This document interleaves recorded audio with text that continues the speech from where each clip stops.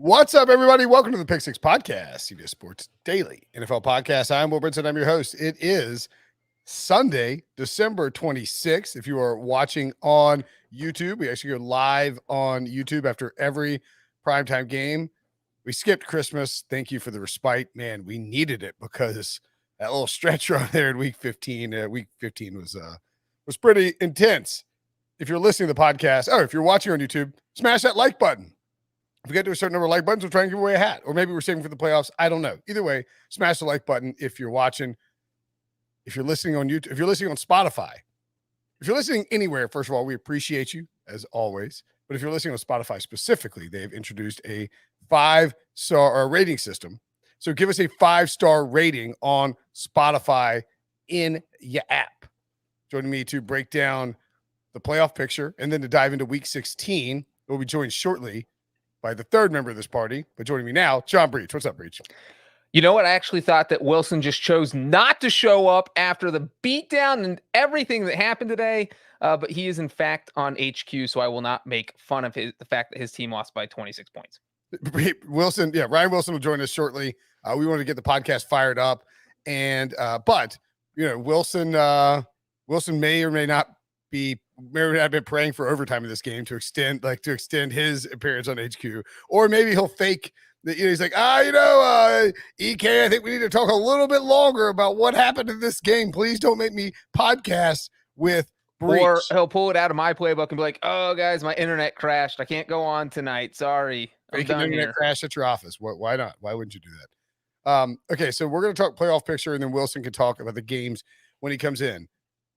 4 berths were clinched on Sunday. I believe that's correct, Breech. The Cowboys clinched their division title and obviously a playoff berth, oddly enough, when Las Vegas beat Denver. 2 AFC teams somehow allowed the Cowboys to secure their NFC East title. But obviously they didn't need it because they would have locked it down with the beatdown they laid on Washington, 56-14 on Sunday Night Football. The Buccaneers won the NFC South with a comfortable victory over the Carolina Panthers that featured lots of fire Matt Rule chants. The Rams clinched a playoff berth after beating the Vikings, and actually the Rams clinched a playoff berth for the Cardinals, who lost on Christmas night, and the Cardinals are in the middle of a 3-game losing streak that have Cardinals fans panicking, but they clinched a playoff berth because of the Vikings loss. Feel free to discuss any of those things if you're so inclined. Well, good for the Cardinals because it felt like they were a meltdown away from missing the playoffs. So we now know that's not possible because the Vikings are going to allow them to backdoor their way in. The Cardinals might go into the postseason on a 5-game losing streak. I mean, it wouldn't be that crazy. They have the Cowboys and Seahawks coming up, both losable games.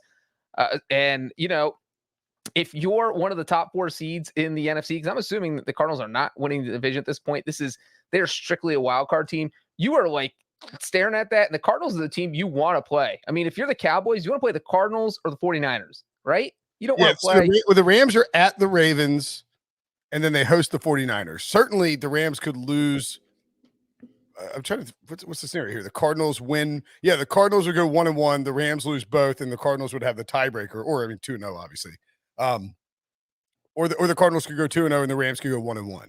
The Cardinals need to make up 1 game, or I guess a half a game, really, on the Rams because they have a tiebreaker over the Rams in the NFC West. It does feel like, with the way Dallas played on Sunday night, with how Arizona has played over the last month, that if they have to deal with a decent team, or really any team, that they could be in some big trouble.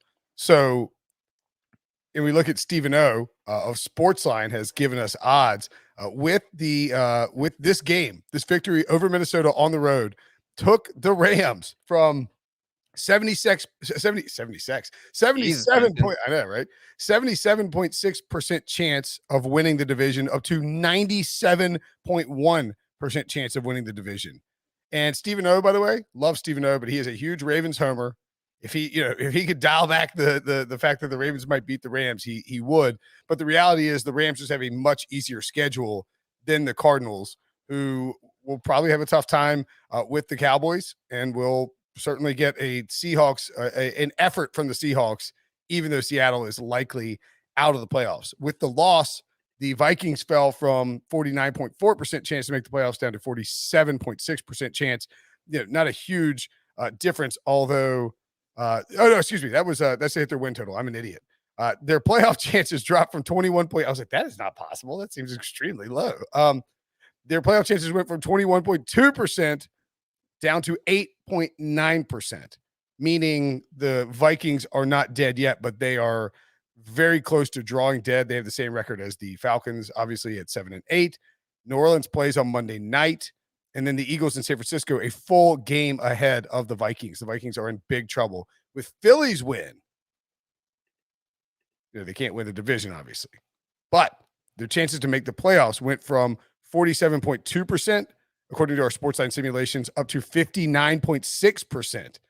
So, Debo, how are we feeling about the Eagles' chances of making? Debo was doing naked body shots of whiskey. That's how he's feeling right now. Look, I thought that was a pretty pathetic 24-point win. About as pathetic of a 24-point win as you can get. I'm not encouraged about the Eagles' performance, but I am encouraged about their playoff chances and chance to make the playoffs after today. And then I think after what we see on Monday, it might become a lot more clear. But there's a path, and the path is pretty clear for the Eagles at this point, and they control their own destiny, which is great. The Eagles are at Washington, and then the Cowboys at home. Here's the thing about, and you talked about this, Breech, of the top 4 seeds against, and so one, the Eagles are probably unlikely to get Dallas resting their players in week 18 because Dallas, with their win, they moved from the 4 seed up to the 2 seed, now in a 3-way tie with the Rams and Tampa Bay, 1 game back of the Green Bay Packers. Dallas has a 9-1 conference record. The Rams have an 8-3 conference record. The Tampa Bay has a 7-4 conference record. That's how that slots out. The Packers have an 8-2 conference record. So if you're the Cowboys, I think, well, I guess you could pull your guys at halftime if the Packers play the Vikings in week 17 at home on Sunday night. If the Packers were to lose that, then all of a sudden Dallas is all in on week 18, assuming they beat the Cardinals. If the Packers beat the Vikings, I think, Breech, it's probably a scoreboard watching situation for Dallas against Philly, where if Green Bay were to go up to, let's say 3 scores, that's the time when you pull your players. Or the NFL throws a curveball this year because there's 2 games on Saturday in week 18. You put the Cowboys on Saturday. That way, if they win, the Packers have a ton of pressure on them going into Sunday because they know if they lose, then they lose the top seed. And that would add. We don't know what games they're flexing to Saturday. It's like right. So there'll be 2 games on Saturday, and I'm guessing they'll do something like that where those Saturday games have a major impact on the Sunday games and add more pressure to those Sunday games. Well, can we find that out right after week 17? Yeah, usually they announce it Sunday night. Sunday or Monday. They have to do that 2 weeks in advance. No, not for the last week of the season. Okay. They do it. It's 6 days. Did they do this last year? They did it. I mean, every year they flex a Sunday game to Sunday night in the final week of the season. I know that. But so this is the same principle, except you're moving it a full day, and that's a big difference. Well, it's the same principle in the sense that you have 6 days to do it because it's a flex before the last final week of the season. No, I understand what you're saying, but you're not talking about, fans deciding to go to a game on a Sunday. It's all of a sudden you're thinking about going to the Eagles Cowboys game in week 18 on a Sunday. Now it's a Saturday. You can't announce it 4 or 5 days in a row. We'll see. That's what they're going to do. They're announcing it. They're announcing it. They have up until 6 days in advance. Okay, so they can do it 6 days in advance. That's pretty insane. But to Breech's point, it makes a ton of sense that you would take a game like Dallas-Philly, where the outcome of that game would incentivize other teams to play harder on Sunday in week 18 rather than rest their players and to put those games forward. So I'm trying to think what you're not going to do, like, I guess you could do like, I guess anything would work as long as there's one team involved but then you kind of have an unfair, if one team has to play sooner and they can clinch, you don't want to have a team lock themselves in that would then allow other teams to sit players in week 18. That's what the NFL is trying to avoid, I believe. Right. You don't want to give anyone that type of advantage because then if the Cowboys lost, the Packers, well, I mean, there's a lot of, we were talking about the tiebreakers. If there's a 3-way tie at the top, the Packers have head to head. The Packers are feeling good about their tiebreakers right now. Well, like I'm saying, like an example would be Seahawks Cardinals. You could flex that to Saturday, and then it force or Rams 49ers. Actually, no, not Rams 49ers. Because if the Cardinals, let's say the Cardinals lose to the Cowboys, and then you flex the Seahawks, and this is we're too complicated to deal with right now. We'll think about it and get back to you next week.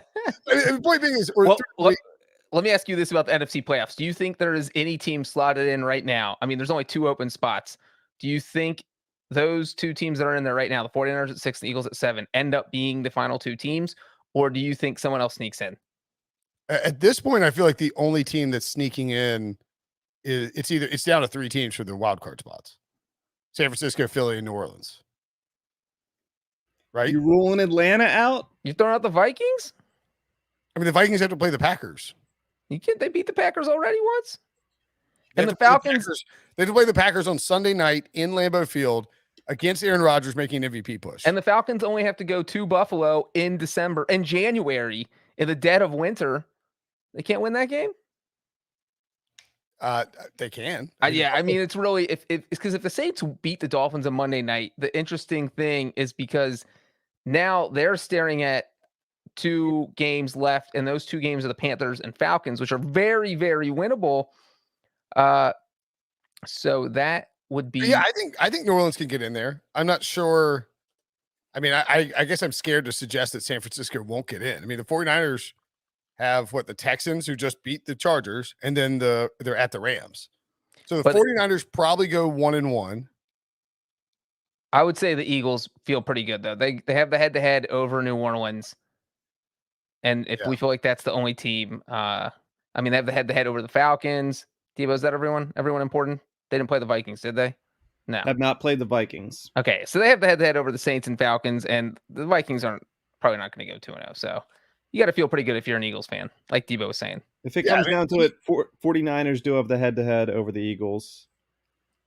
Debo, as an Eagles fan, and you're staring at the seedings right now, the Eagles have to play the Cowboys in the wild card round. On a list of on a ranking of 1 to 10, how much do you want to avoid them, with 10 being the highest? Bring it.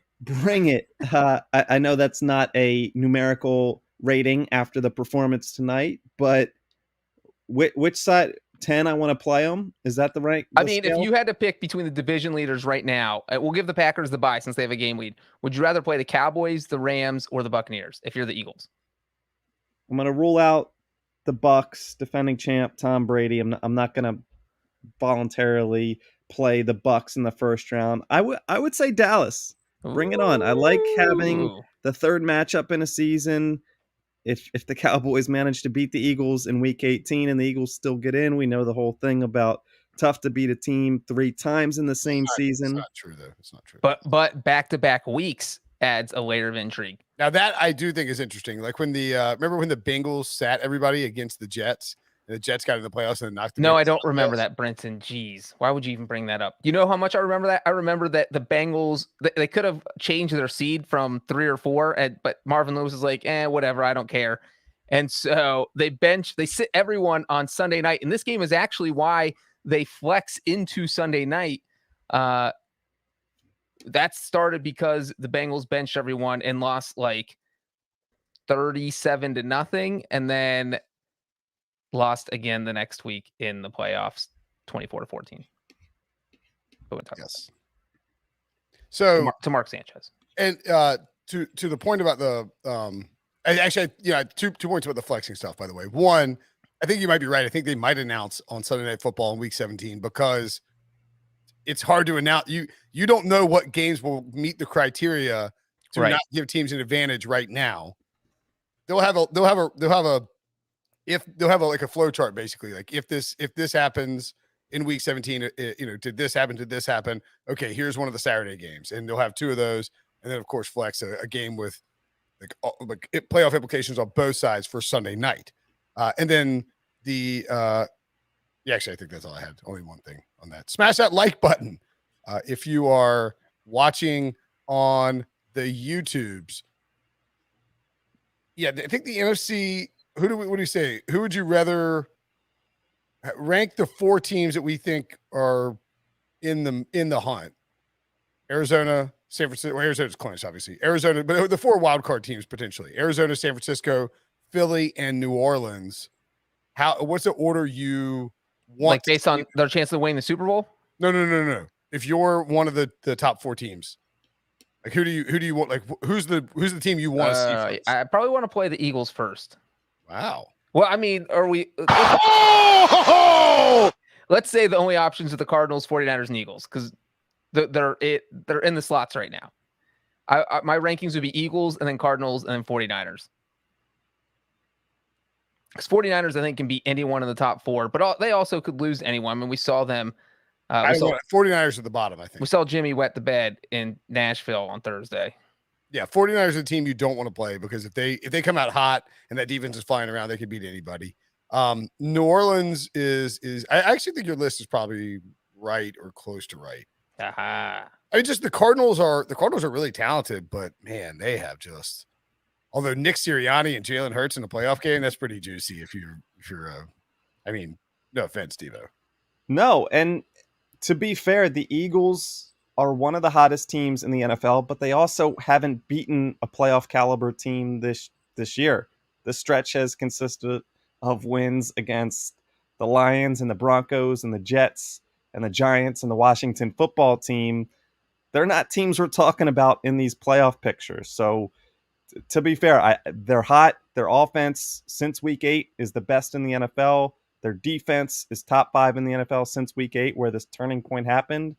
But let's be fair and look at the schedule when we're factoring this in with the Eagles. Now, I think the ground game and the way that Jalen Hurts is playing is a good formula for the postseason. But I also want to present the other side of it too, and not be the biased Eagles fan all night here. And to Debo's point, the Eagles are 0-6 this year against teams that currently have a winning record, and 8-1 against teams that do not currently. Yeah, and they just haven't had a chance to play teams really with winning records since the beginning of the season, when we know it's not the same team and they're not nearly as good as they weren't nearly as good as they are now. And to be clear, if the Dolphins were to win on Monday night, the Saints would certainly move down this list at 7-8. They would have an uphill battle, and the 49ers and Eagles are cheering hard for the Dolphins on Monday night.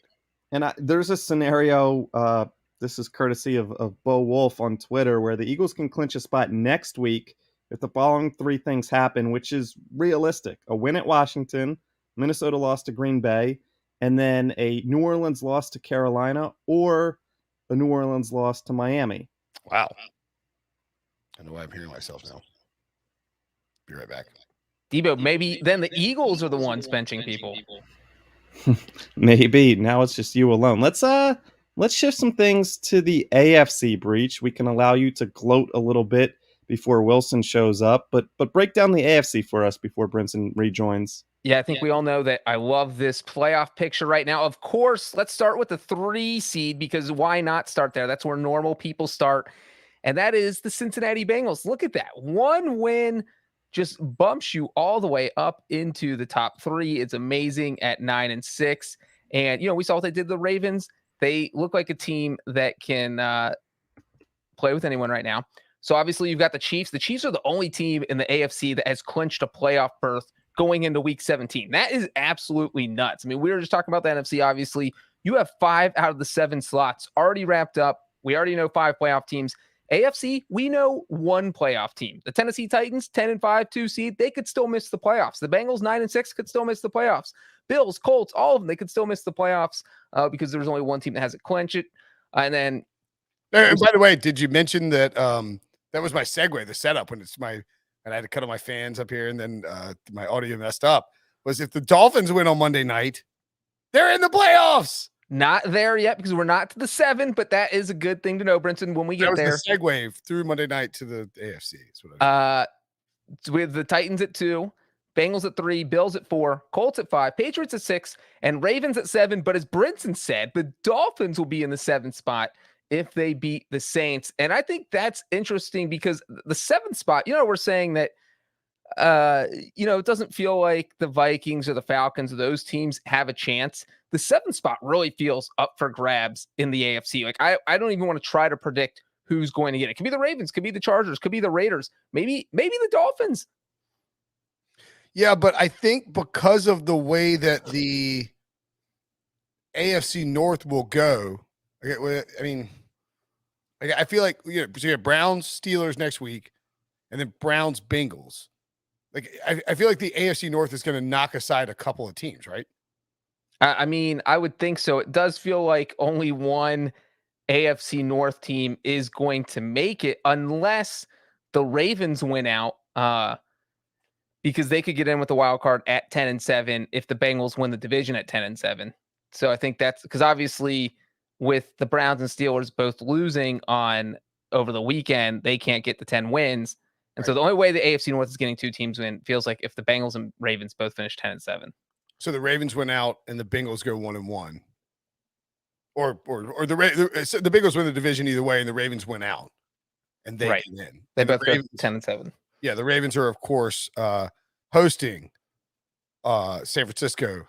Oh no, the Rams. Excuse me, hosting the Rams this coming week, and then in Week 18, the Ravens are Ryan Wilson. Dun dun dun. Where are the Ravens? Why can't I find the Ravens? What's going on here? They're in Baltimore. He shows up with a dunk. Mm-hmm. Oh, that's right. They're playing the Steelers. What had happened was I had a list of playoff contenders up, and the Steelers weren't on there, so I missed it. Oh, reverse dunk! Oh, what a big jam! Wallace took it in his hands and said, "Up and away, Dipsy-doo, Dunkaroo." Steelers, Ryan Wilson, you are not. What's up, buddy? How you doing? You're not Connecticut. No, I'm not. But yeah, they still needed some help on the old broadcast. Yes, hey, look, I'm just a worker bee. Bzzz. Smart of you. So we've covered the AFC playoff race. That we wouldn't have needed your input on that. No, I came in just in the nick of time. No, actually, just kidding. We covered the NFC. Here's the AFC. The Steelers are dead, right? I told you that 3 weeks ago, 4 weeks ago, 5 weeks ago, whenever they fell in the playoff. Although I was quite excited. I didn't see this coming. After the Chargers got their doors blown off, the Steelers were the 7th seed for 2.5, 3 hours. So I enjoyed that for about 15 minutes until the Chiefs game kicked off, because I couldn't enjoy that, obviously. And I mentioned this in Slack, but you guys thought it was just me passive-aggressively gloating, when in fact it was the words of a terrorized Bengals fan who has been watching this team for his entire life. I thought you were going to say the words of a terrorist, which also fits. If the Bengals lose to the Chiefs in week 17, which many people are going to be predicting the Bengals are an underdog, then the winner of the Steelers-Browns game is right back in the race for the AFC North. If the Rams and Chiefs win in week 17, the winner of Steelers-Browns, so you're telling me there's a chance? No. Did you see that game? Breech probably watched it twice. He was so excited about that beatdown. But as Breech and I talked about on the Early Odds podcast, which you can find in your podcast feed, or of course on YouTube, there's a pretty good chance that Ben Roethlisberger does something super dramatic, like leading into week 17, announcing whether he's announces he's going to retire, or leaks something out to the media about an injury he's been dealing with all year, or Matt Canada has stifled his play calling and creativity at the line of scrimmage. Any one of those things would immediately want me to bet on the Steelers in week 17. The last one I couldn't agree with more. I'm pretty convinced they told Matt Canada back in August, call every single play that will force Big Ben to retire, because he is crushing it. Yeah, he is trying to get Big Ben out of there. The Bengals, by the way, according to our simulations, with their dominating victory over the Ravens, went from 55.3% to win the division up to 71.7% to win the division, while the Ravens to win the division fell from 23.2 down to 7.4. Their playoff chances 38.7 down to 28.5. Baltimore's in a bad spot here with the 7th seed. Well, they don't have a quarterback. Everyone's injured. The fans are going to come back to the last before this game, the three previous games that all led to Justin Tucker onside kicks at the very end of the game. 2 of those games were the 2-point conversions that didn't work out. And that's what, folks will be talking about. And also the biggest storyline is going to be how much money is Lamar Jackson going to get? I mean, a lot. I don't know. Not Yeah, a lot. I don't know. He'll get more than Baker. More than Baker Mayfield. That's What are y'all talking about? All right, we can get to that when we talk about that game. Here's what I'm talking about, though. If you are all right, guys, right now, who is your 7th seeded team in the AFC? But we'll get to the Bills, Patriots too. But the Patriots took a big drop in odds to win the division, but are still in the high 90s to make the playoffs at 9-6 with that 6 seed. Well, it's because the Bills play the Falcons and the Jets. Yes. The Bills have probably one of the easiest schedules remaining, and all they have to do is win both those games, and they win the division. And yet still, I have to sweat out this 10.5 over 10.5 wins. Well, the Bills have the 28th easiest schedule, or the 5th easiest schedule. But you know what's funny is the Patriots have the 2nd easiest schedule, but that's by record. They play the Dolphins and they play Jacksonville. Bills are now minus 800 to win the division at Caesars. Again, we'll get into these games a little more specifically in a minute. Hold on, I want to answer Breech's question. Yeah, let's answer Breech's question. Oh, okay. Well, sometimes you like to ignore Breech, and I'm oftentimes in that boat, but this time I thought it was a good question. Thank you. So good a question. It might be a question I might ask Breech. Here's my concern, and this is just a personal observation. Every week, I have no idea who's good and who's bad.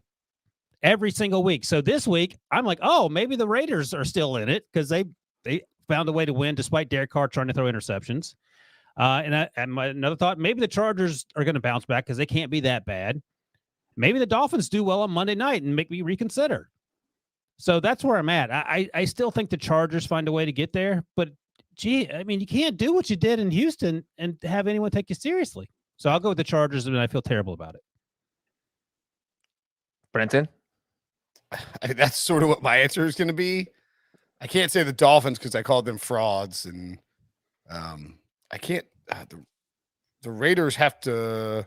I don't think the Raiders. I don't know why we're even. The Raiders are at the Colts and then have to play the Chargers at home. Feels like absolute best case is 1-1 there, and 9-8 is not. Are the Chargers going to win another game? They got Steelered and Washington football team by the Houston Texans. They host the Broncos and they're at the Raiders. I think the Chargers go 2-0, but I don't feel good about it. Oh golly! I'll say. I mean, who's Stephen O have as the top projected like playoff team at this spot? I mean, the Ravens' schedule is both at home, but they're brutal. We don't know if they'll have a quarterback. I will say that I'll go Chargers too, and I don't feel good about it. And the Ravens have the 4th most difficult schedule with that Rams-Steelers combo. I mean, the Ravens are decimated. Anyway, look. Let's take a break, and we'll come back and discuss these games. We'll mention more playoff, but that's the playoff picture as it is right now. When we come back, Joe Burrow did something that only several other people in the history of the NFL have done. And Breech will tell you all about it next. Joe Burrow and the Cincinnati Bengals absolutely blistered the Baltimore Ravens 41-21. I'm not sure the score even does it justice. It was a bludgeoning from Jump Street. Now the Ravens were starting Josh Johnson at quarterback. He had to throw 40 times. Stop making excuses for the Ravens. Look, the Ravens have been decimated by injury. It's pretty. The Ravens were up 7-3, and I knew at that point Breech was like, "Oh boy, here we go." Is that Joe true? Burrow finished the game 37-46 for 525 yards, 4 touchdowns, no picks, and he said after the game that yes, Don Martindale's comments about not putting him in the Hall of Fame, that he's not Aaron Rodgers, he heard them, and did it affect you? He said it didn't feel necessary, which is fair. And then asked, was it on your mind when you were chucking the ball down the field late in the 4th quarter when the game was over and you're coming off an ACL and there are defenders all over your knees? Maybe. That's Breech. A slippery slope. Breech, get your gloat on. This was one of the most fun games I can remember watching in the past 20 years, because obviously playoff games are never fun. Rarely are the Bengals still in contention this late in the season. Definitely not over the past 5 years. And so watching this, I can tell you when I knew this game was over, and it was when Tyler Boyd caught a 68-yard touchdown pass early in the 2nd quarter. And I just knew from there, It was just going to be the coordination of Joe Burrow, and that's what this felt like. I mean, the Ravens had 1.5 healthy defensive backs. You knew there was no way they were going to be able to stop the Bengals. And Josh Johnson in a shootout, I mean, he tried, but this is like going to an actual shootout with a Twinkie, and the other guy has like a machine gun. You're not winning in that situation. And this was just unbelievable. And this is, I've been talking about this, I think, the past couple of weeks with the Bengals and what happened to Jamar Chase's production. He had a lot, 125 yards today. But the one thing Joe Burrow has done really well over probably the past 5 weeks is, defenses have been doing their best to kind of slow down what Jamar Chase is doing. And Burrow has been just, boom, I'm going to go to T. Higgins. Boom, I'm going to go to Tyler Boyd. He wasn't doing that so much the first 4 or 5 weeks of the season. It was just all Jamar Chase, and it made sense. That's who your chemistry is with. That's the guy where he's going to be. He knows where the ball's going to be. You guys connect. But now you can just see Burrow developing that same chemistry with Higgins and with Boyd, and that's what makes this Bengals offense even more scary. I'm not going to be crazy and say they're good enough. I'm not going to say this team is good enough to win a playoff game yet. But I might say that in 2 weeks. They're not, when they won the national title, I mean, Jamar Chase was the leading receiver, but they also had this other fella named Justin Jefferson on the team. I mean, Burrow's thrown to Terrace Marshall, Thaddeus Moss, Clyde Edwards-Helaire. I mean, what a joke. But the point being is that I think Joe Burrow is good at distributing the football, and they've actually created an offense or calling an offense that caters to his skill set. And he doesn't lock on to somebody like Jamar Chase. He's he's throwing the ball all over the place. He's going to the guy who's open. And man, I mean, is this the best? If you said going forward, you have to pick a wide receiver group, you have to take one team's wide receiver, like top 3 wide receivers. Oh, I thought you were going to ask Breech, is this the best Bengals wide receiver group? Because there's Houshmandzadeh and Chad Ochocinco. Who else was part of that group, Breech? There was like Peter Warwick then. Who? Peter Warwick was on the team. They had Rudy Johnson era. They had Chris Henry. Chris Henry, yeah. This group is better than that group. Yeah, I think this group has more potential than that group. Potentially, yes. Yeah, that was my question. Is like I'm trying to think of what wide receiver groups in the NFL you would take over this if you were planning for 5 to 10 years. Yeah, I mean the Cowboys, I think, would probably be in the conversation. No, because Gallup's contract's up, Cedric Wilson's contract's up. You have Amari Cooper and you have CeeDee Lamb. I'm taking Boyd signed, Chase is on a rookie deal, and so is Higgins. I mean, I'm taking the Bengals. I'm just trying to think of other names so I don't look like a homer, and you guys don't look like. Oh yeah, now you don't look like a homer. You're not agreeing with me. You don't want to agree with me. I'll say this, and I say it all the time about Justin Herbert. I was wrong about T. Higgins. I got talked into not believing what I saw, and that's a lesson learned. He's a grown man. T. Higgins won me my fantasy game in a semifinal. The other guy had Devontae Adams. T. Higgins put up like 32 points. Thanks, T. And the other thing was, the crazy thing is that I think it was Florio that reported that John Harbaugh was apparently upset that the Bengals were still throwing the ball in the fourth quarter. John Harbaugh, the guy who literally called a run play with 10 seconds left in a win that his team John Harbaugh said to keep a streak going. What? Harbaugh, Flores is wrong. Harbaugh was not mad at all. No, Harbaugh that said privately he was upset. Oh, okay. I thought he tweeted something. Anyway, whatever. So yeah, the Bengals dominated, and the question is that obviously that's the kind of win you want over your division rival, and Joe Burrow has obliterated the Ravens this year. He looks like there's a little bit of Big Ben to him, I think, in the sense that not physical play or how he acts, just the chip on his shoulder to get division rivals. Maybe a little Aaron Rodgers-ish too. I mean, he clearly has a chip on his shoulder and had it in college. And the other thing that Burrow has, which is why he's probably still back to number 2 in terms of guys that you want, and you only take, when you're doing a draft, it's Mahomes and Joe Burrow. Wait, what? I take him over Herbert. All right. Who are you taking? Breech wouldn't take him over Herbert, but okay. He won't say it out loud. What? Burrow's Burrow over everyone. Burrow's been awesome every time he's been healthy. He just tore his ACL. I mean, he's probably going to win comeback player of the year now. He wore like, what do you want? Happy holidays rolling into the And he threw for 525 yards, as Brinson mentioned. That was the 4th most in NFL history. That is bonkers. And as Brinson also mentioned, he dominated the Ravens. 941 yards in 2 games against the Ravens this year. That is the most ever for one quarterback against the same opponent in the same season. Broke the record held by Joe Montana, who did against the Falcons, and Dan Marino. I will say this to defend you, Breech, and even you, Benson, a little bit. When Joe Burrow was drafted, I remember having this conversation with Pete Prisco and Brady Quinn, and I said I would take Joe Burrow over Trevor Lawrence, who still had a year to go in college. And they were both like, nah, I don't know about that, just because Joe Burrow was that good at LSU. And clearly, I don't think anyone's taking Trevor Lawrence. Like, you have to win a game tomorrow over Joe Burrow, maybe over the long term. But I can certainly get behind the argument. And Joe Burrow has played well. He had at least Josh one Allen could be the number 2 there, too, by the way. That's a good conversation to have. Yeah. So, Breech, we talk about it every so often, not every week. But I saw the one boneheaded play, the interception in the end zone that was called back because of DPI. Were there any other ones that gave you pause, or has he minimized those mistakes?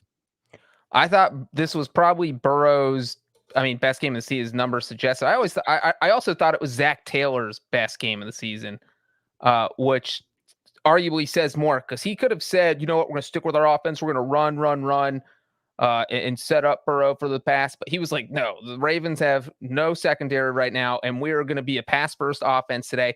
And those are the things you want to see from the head coach. You want to see them kind of, obviously Bill Belichick does that every week, where he adjusts to what his opponent has or what they're doing.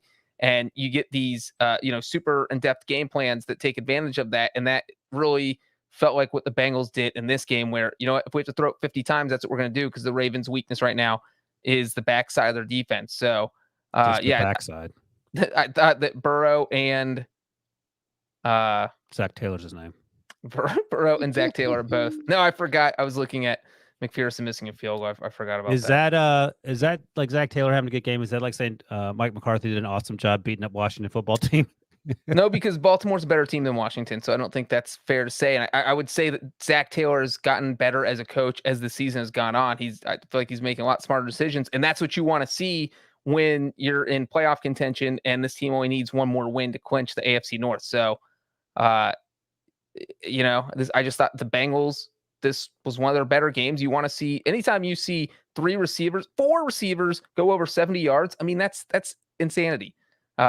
You're laying the groundwork for when Zach Taylor gets that extension, so you can defend it. Got it. Well, I will say, though, that this doesn't tell you anything about how the Bengals might match up with the Chiefs, just because the Ravens, this was a game that the Bengals had to win. You're playing a decimated Ravens team at home. You can't afford to lose it. And they did it. They took care of business by 20 points. That's what they had to do, and that's what they did. No one, I don't think, thought they were losing this game. Like, this wasn't one of those trap games.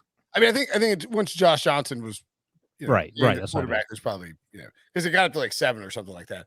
I would just say that, again, back to my point on Burrow, he has just a killer instinct. And no offense to Andy Dalton, I know we dunk on him all the time on the show, but like, Andy Dalton won a bunch of football games at both the college and professional level. Andy Dalton doesn't scare me when I get to the playoffs. You know who scares me if my team's going up against him? Joe Burrow. He's won a title in the regular in the regular season, and he's won a title in college, and he's shown that he can win these big games, even against decimated. He couldn't beat out Dwayne Haskins. That's all I'm saying. What? At Ohio State. Who was the coach there? That was a joke. Urban. Boom. Dunked on yourself. Trying to say it's a joke. All right, let's move on to it's another beatdown. Somehow a less exciting beatdown. The Chiefs beat the Steelers 36-10.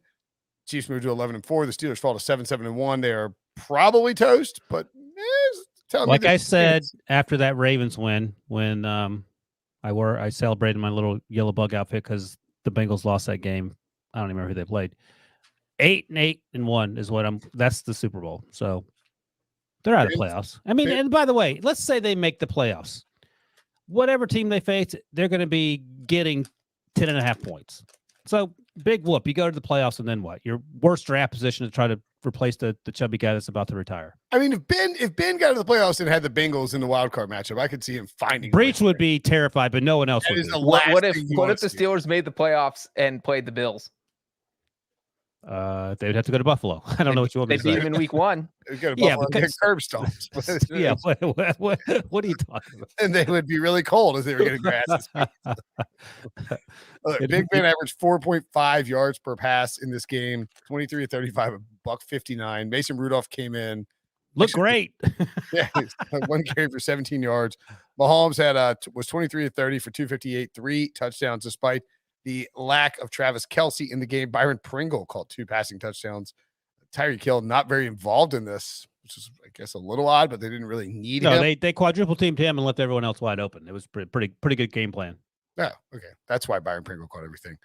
The Darrell Williams led the team in rushing. Clyde Edwards-Helaire, 9 carries, 27 yards, and a touchdown. Awesome touchdown. Broke 2. Just I don't know how he scored. I think that's when he hurt his shoulder because he It had took to a have been. huge lick and then it But took a lot of. he shrugged off multiple interior defensive smacked. linemen. Yeah. And Linebacker and I think it was Cam Hayward that hit him as well. may have been, yes. And then ran into the end zone. He suffered that negative MRI results, but they'll find out more this coming week. And I mean, look, the Chiefs are the takeaway here is not the Steelers are done, because we've known that, as Wilson said. The takeaway here is, man, are the Chiefs back? They're warming up. I think, look, this is what, if you're the Cowboys, this is what you want it to happen on Sunday night. If you're the Chiefs, this is what you want it to do. If you're the Bengals, this is, I mean, because a lot of times this time of year, like, well, how are they looking going into January? And then we make excuses for teams that are playing like crap. Well, these 3 teams aren't playing like crap, and they did exactly what they needed to do. And I mean, you know, the Cowboys scored 56 or whatever. This game could have been 75-0. Yeah. They just sort of took their foot off the gas. Chad Henne came in at the beginning of the fourth quarter. That's how much of a whooping this was. And I think a lot of it, and here's the thing, like Tony Romo does a great job for CBS, and he's telling the Steelers what to do offensively, and they do the opposite every single play. Well, maybe Matt Canada is up there. Like I said, he's trying to sabotage this offense because he's crushing it doing that. The other stuff I just don't get. Deontay Johnson had a couple huge drops, including an insanely terrible fumble, and it just felt like he was inside his own head. Oh, man, I forgot that the Steelers had this is so good. The Steelers had in the third quarter a 15-play, 54-yard drive to kick a field goal to make it 30-3. It was so pathetic. Yeah, I don't even remember what happened on that. Oh no! If you watch YouTube, smash that like button if you see Wilson the Bumblebee costume. Debo dunked all over him. Hey, that was my Super Bowl. I'm glad to see Debo's taking the John Breech course of passive aggressiveness because his team's now the 7th seed in the NFC. Wilson, your face there, it looks like you're watching the Chiefs-Steelers game. Oh no! No, I can't even. If you're not watching on YouTube and you're audio only, there's a picture of Ryan Wilson wearing all his Steelers gear and looking extremely sad. I am so out of There's sorts. a path to 7 wins. Yeah, And I can't even Steelers make are a on it. Breech. Can't even make a Breech short joke. He got me on that one. Ah. That was a whoop. Chiefs are now tied for the best Super Bowl odds. I hope that everyone on this podcast remembers weeks and months ago when the 2 of you called me crazy and said, I said to bet the Chiefs to win the division. Bang! Cash them. I said to bet the Chiefs to win the Super Bowl. Well, we'll see if it happens. But God, they were like 15 or 17-1 or something like that. That'd be a nice little. They were playing some terrible football, and sometimes you're blindly stubborn, and it worked out. It paid off. Yep, absolutely. Buccaneers, by the way, we cashed that division ticket today. Pretty nice little day for the division ticket fighting Brinsons. Oh, okay. What did you bet they're over under as well? Bucks, no, it was like 12.5. I was gonna say it's probably pretty high. Yeah. I only bet Bills because it was 10.5. 11. I mean, Which seemed like a layup. Seemed like a layup, and now it's a dogfight. So yeah, the Chiefs appear to be back.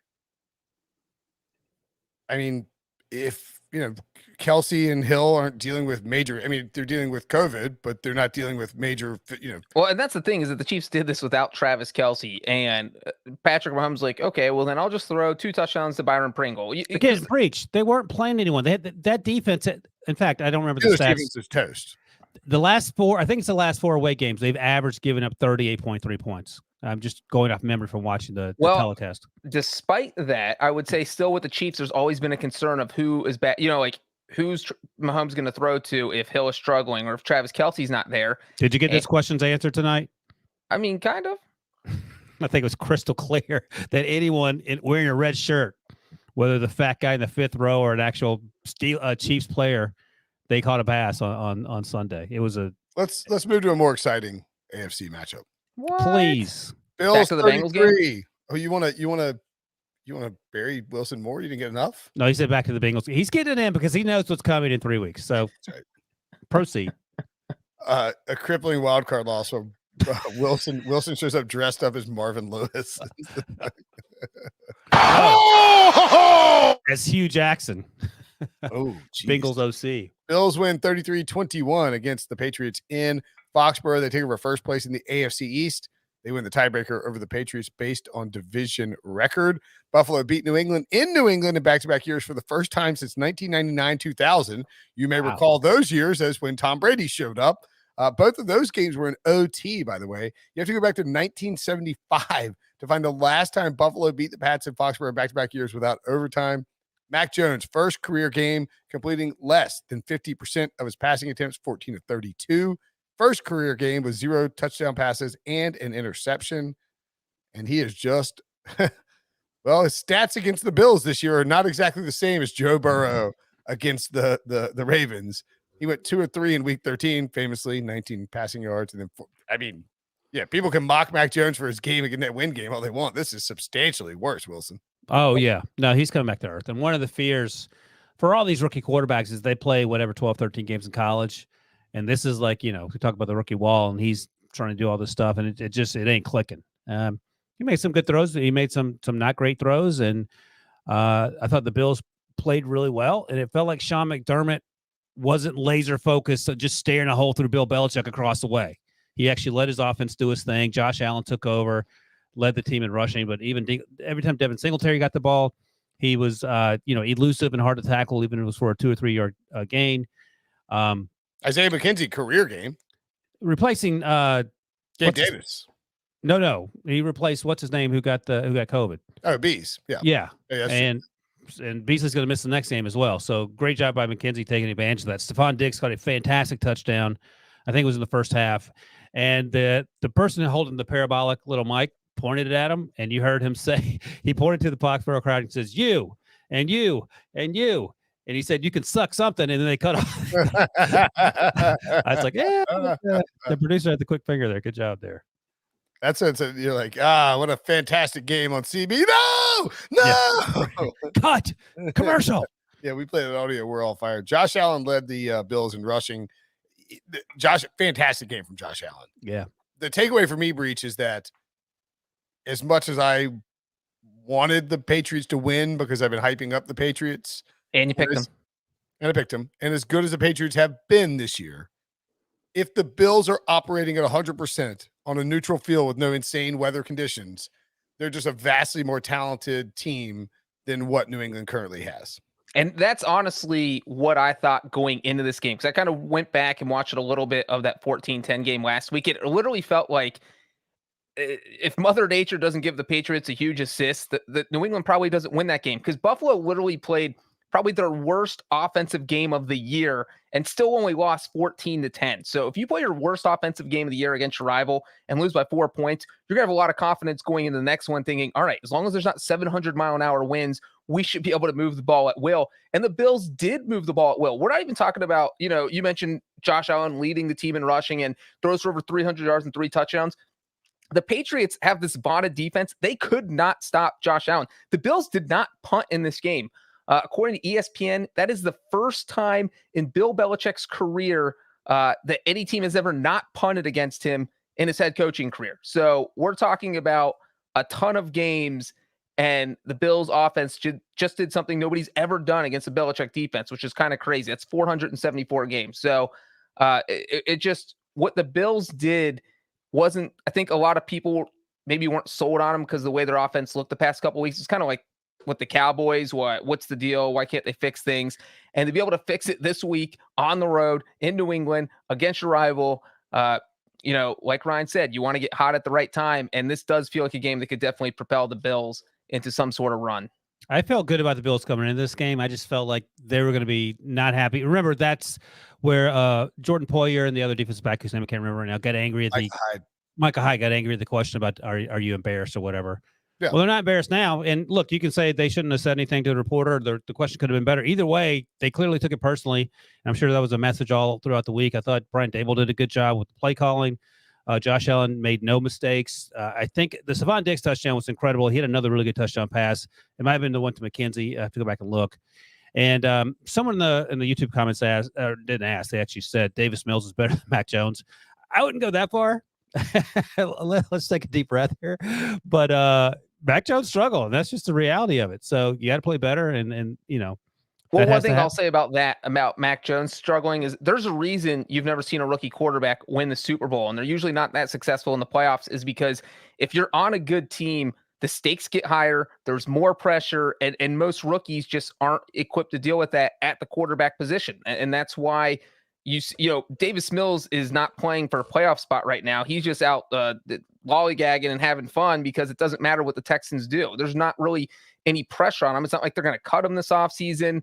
All he has to do is try and look good out there and try and be the starter. He can take chances, and if he throws an interception, no one gives a crap. Right, exactly. And whereas you're Mac Jones, you can't do that. And so it's tough being a rookie quarterback on a playoff caliber team because of that, because of the higher stakes. And I'll say this too, to your point, Breech. Big Ben won 15 straight games his rookie season after Tommy Maddox got hurt. I've never seen a quarterback look more lost. He looked like Sam Darnold seeing ghosts every single playoff game they played, and they went up against the Patriots and lost. Joe Flacco, same thing. Because all those teams, including Mac Jones, they lean on the run, and you lean on the run for a reason. You don't want your quarterback throwing the ball 50 times a game, because as we've seen, these quarterbacks coming through the last 3-4 years, when they throw the ball a lot as rookies, and even more, further along in their career, Baker Mayfield the other night, things don't always go well. And this happens a lot. It's not like it's just, Mac Jones or Ben Roethlisberger. Andrew Luck in 2012, phenomenal rookie season, loses his first game. Maybe even to the Ravens. I'm not even sure that it was against. Dak Prescott, phenomenal rookie season, loses his first playoff game to the Packers. Lamar Jackson, same thing. Like, just you see all it's a pattern, and there's a reason there's a pattern. And it's because you're just kind of overmatched once you get to the playoffs because you're not used to that kind of pressure. I would say on the Bills, and both on the Bills and on Mac Jones, let's zoom out and look at the big picture a little bit. The Bills got thumped by the Colts back before Thanksgiving, and then after that game went on a 1-2 slide where they beat the Saints on Thanksgiving without anybody at quarterback, right? And then they lose to the Patriots in the win game, lose to the Bucs in OT after that disastrous first half. But then they handle the Panthers and take care of business at New England. And so it feels like, you zoom that out, that's a really tough 4-game schedule there where you have or 6 games here, whatever you want to call it. Buffalo struggled, but I think they're fine. They just had to kind of get through those rocky times. As far as Mac Jones goes, when we zoom out, do we think that he is still the rookie of the year favorite? Did Jamar Chase walk him down on Sunday? Could these you can say go big picture as much as you want, but these award selections are largely reactionary. Who's even third in that conversation? Maybe Najee, because he's carried the ball 4 million times for 4 million and 1 yards. I can't see him giving any No, I'm just trying to put a list together. Waddle? I mean, the receivers, yeah, you have Jalen Waddle. Waddle, yeah, that's Waddle missed last week, but if the Dolphins were to, somehow win out and get in the playoffs, and Waddle, he's 3. Waddle's 3. Like 3, yeah, that probably makes sense. I mean, Micah Parsons is playing so good. I would think about giving him offensive rookie of the year. He needs to score a few more times, but yes. But I don't think it's close yet between Mac and Jamar. I think Mac still got it. Yeah. Jamar's had a couple spike weeks, and he had that great start to the season, but he's been pretty quiet. Now, if he goes on a tear down the stretch and the Bengals win the division. Well, he's got 2 games, so he's going to get hot, but yeah. Yeah, right, exactly. There's a path. But it'll be interesting to see, because Mac Jones was a heavy, heavy favorite. I think like -1,000, -1,100. And so if he's still the heavy favorite, that's where you say, maybe I should sprinkle on someone else. I've got some Mac Jones to win the some action. So I got some action. So if for some reason I were able to get a piece of some Jamar Chase at 8-1, 10-1, I'd at least be interested. All right. Let's. I don't want to. don't know, Debo, if you have it handy. What's the draft order again? Because I don't know how I feel this week about my pick. Who has the Bills is my question. Our Super Bowl draft. Does C-Rad have the Bills? I have the Bills. Oh, so you must feel much better this week than you felt the last few weeks, I would imagine. I feel very good right now about the Bills. I was not thrilled, but now I also had the Cowboys. So I'm very happy with both of those right now. This list is like it's like sweating out something every single, like 4 or 5 times a Sunday. And it's like we flip every single week. Like, oh my God, you have them. All right, we can circle back to that later. I want to know. I couldn't remember who had the Bills. Somebody in the chat last Sunday was like, "Oh, Brinson's going to change his mind in 12 hours." It's like, yeah, because everything with this league right now is some game happens and everything flips, including the Chargers go down to the Texans. My God, and lose 41-29. Davis Mills. Shout out to my boy Will Newman, one of my good friends. He won $15,000 today. Oh, it worked out for him, huh? What's his number? What's his bank account number? 123 Fake Street. Is that? Yeah. He had there were four entries left in this pool last week. He had 2 of them somehow. He put one of the Cardinals, they lose. One of the other guys had the Cardinals, they lose. He had the Bills get through, and then this other guy has the Dolphins get through. The other guy had the Chargers this week. Obviously, even with Joey Bosa out, even with Austin Eckler out, you're playing the Chargers. They get the Texans on the road as massive favorites. It looks like they're going to roll. They're a playoff team. Newman had to go with the Eagles. So Jalen Hurts, Debo, won him $15,000 as Justin Herbert gave it away. Chargers are now 1-6 this season when Justin Herbert throws an interception in the first half. Jonathan Owens, shout out Simone Biles, picked him up. I saw her there celebrating. I didn't catch who her boyfriend was. Jonathan Owens. That's her bae. The kids say, I think. Is that right? Did I do that right? Yeah, they sometimes say that. Who knows? They don't say that. In the second quarter, Herbert, by the way, just 4 passing touchdowns away from catching Dan Marino for most passing touchdowns in your first 2 seasons. He also might he's going to break Phillip Rivers' record for most passing touchdowns in a single season in Chargers history. But all for naught in this game, as the Chargers looked like complete crap and lost Wilson to the Houston Texans, 41-29.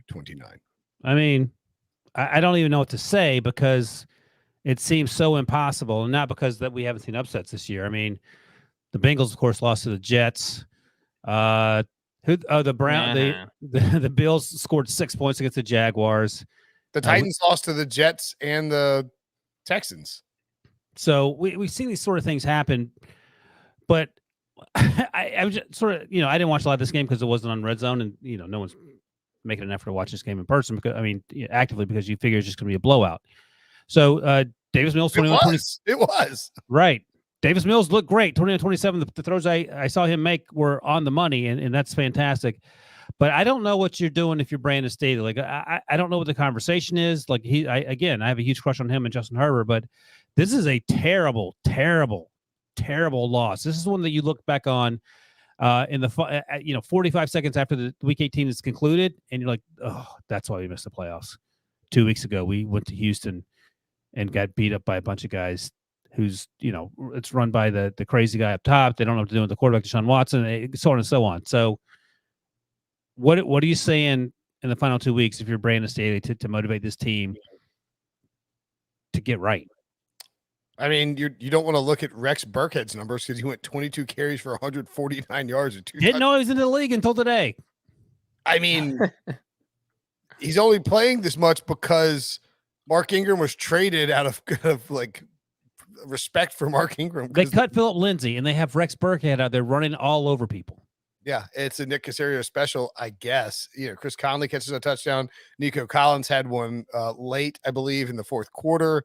The Chargers, it was just pathetic. The Chargers could never mount anything where they would actually get back in the game. I mean, Justin Jackson was their leading receiver. Remember I said when the Steelers had that shootout with the Chargers that I learned more about the Chargers than the Steelers because I knew who the Steelers were? The Steelers scored 30-something points in that game, and that has not happened very often. That may have been the only time in 2021. I was like, yeah, I mean, Justin Herbert was dealing against a defense that just a bunch of cardboard cutouts. I don't know what this means long-term for the Chargers, and then here's how this thing played itself out in Houston today. Chargers can't stop the run. If they make the playoffs, Well, and real quick, Brinson, that stopping the run is huge because if you told someone before this game, because we all thought this was going to be a blowout in favor of the Chargers. Sure. If you told someone before this game that the Chargers converted 66% of the third downs and did not punt a single time, you would think they won 49-10, right? Yeah, right, for sure. Right. And so, I mean, the reason this didn't work is And with 3 of 4 in the red zone, right. they had over 400 rushing yards and averaged 7.3 yards per play. Is this an homage to Anthony Lynn? What is this? Don't bring his name into it. This is all on Brandon Staley. Like, I don't know. Over 400 total yards, not just rushing yards. But you would not have thought that it was possible they lost. Right. And so what happened was just that their defense was so bad they couldn't stop the Texans. Like, why? Everyone else has been able to stop the Texans this year except for the Chargers. The Texans had the worst rushing offense in the NFL. They're averaging like 77 yards a game. They 189. Like, it is just bonkers that the Chargers could not stop the Texans. Everyone stops the Texans. Not everyone. It is the worst possible time to lay a total egg. The Chargers, just looking really quickly, total yards in a game. Week 1 was the only other time they had over 400 yards of offense this season. And that was against the Jaguars, if I recall correctly. Against the Jaguars. The only other they had, the only time they scored they scored 30 points. They scored only time this season they scored more than 22 points were the 2 Jaguars games. They swept the Jaguars, and then in this game, I mean, it's just a humiliating loss for the Chargers, and probably going to cost their season. They could still bounce back, I suppose, but you cannot lose this game. I mean, you can lose this game. Maybe the story here is the Texans are hot. That's 2 wins in a row. 4 wins for David Culley is a really good effort this season. Oh, it's a huge effort. Yeah. And by the way, we haven't talked about the Jaguars yet, but Houston now doesn't have to worry about the first overall pick. And I say that because you can't trade out of the first overall pick and perhaps get more draft capital. So, and whoever is taken number 1 overall is inherently judged more aggressively than everyone else. So that's one less thing to worry about, and you have a ton of things to worry about going into the offseason. So that's a victory too. All right, let's take a break. When we come back, speaking of victories, the Dallas Cowboys had one, a big one on Sunday night. We'll talk about it next. Cowboys 56, WFT 14. And I'm not kidding. Did they cover? They did cover it. And I'm not kidding when I say that this score is almost unfair to suggest like this score is like, wow, that team kicked another team's ass. But it doesn't even really do the ass kicking justice, to be perfectly honest. I mean, this was as where does this rank for you guys in terms of bludgeonings you've seen in the last 10 years? Well, I don't know if that was 10 years ago now, but the Titans Patriots snowball. Patriots is what I kept thinking about.